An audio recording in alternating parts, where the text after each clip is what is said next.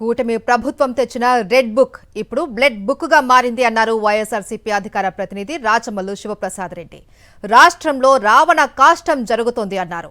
వైఎస్ఆర్సీపీ నేతల ఇళ్లను పెట్రోల్ బాంబులతో తగలబెడుతున్నారు అన్నారు. వైఎస్ఆర్సీపీ ఇళ్లలోకి చొరబడుతున్న టీడీపీ శ్రేణులు ఆడవాళ్లను, పిల్లలను భయభ్రాంతులకు గురిచేస్తున్నారన్నారు.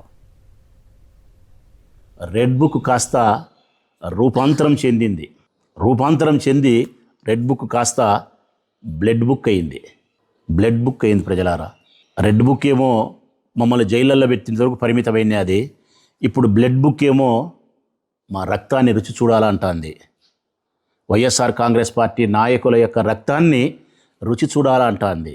మరి ఈ రక్తపాతము, మీరు రాసే ఈ రక్త చరిత్ర ఈ ఆంధ్రప్రదేశ్ రాష్ట్రాన్ని ఎటువైపు తీసుకుపోతాదో, ఇది ఎక్కడ ఆగుతుందో కూడా తెలియని పరిస్థితి ఉంది. ఈరోజు భావితరాల రాజకీయ మన వారసులకు ఏం సమాధానం చెప్తారో మరి ఈరోజు చంద్రబాబు నాయుడు గారు. ఇక రాజకీయ నాయకులకు ప్రాణాలకు, ఆస్తులకు, గౌరవానికి దేనికి భద్రత లేనప్పుడు రాజకీయాల్లోకి ఎవరు వస్తారు? ఈ సమాజాన్ని ఉద్ధరించడానికి ఎవరు సంసిద్ధమవుతారు? ఇదే ఈరోజు చంద్రబాబు నాయుడు రాస్తూ ఉండే బ్లడ్ బుక్ ద్వారా రక్త చరిత్ర. అంబటి రాంబాబు, జోగి రమేష్ ఇళ్లపై దాడులను ప్రకాశం జిల్లా వైఎస్ఆర్సీపీ అధ్యక్షుడు దర్శి ఎమ్మెల్యే బూచపల్లి శివప్రసాద్ రెడ్డి తీవ్రంగా ఖండించారు.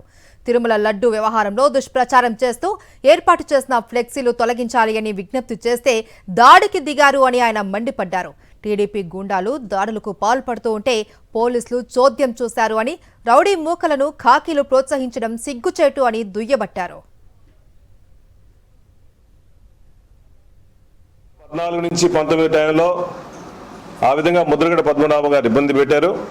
మళ్ళా గవర్నమెంట్ వచ్చిన తర్వాత కాపు నాయకులు ఇబ్బంది పెట్టాలని చెప్పేసి అంబటి రాంబాబు గారి మీద సుమారు 5 నుంచి 6 గంటలు పోలీసుల సమక్షంలో దాడి చేయడం నిజంగా చాలా బాధాకరంగా ఉంది.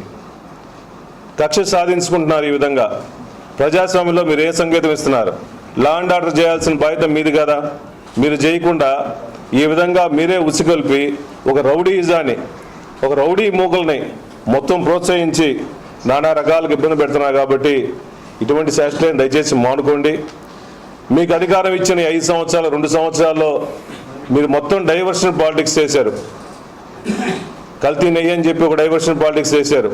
మెడికల్ కాలేజీల కోసం కూడా డైవర్షన్ పాలిటిక్స్ చేస్తున్నారు.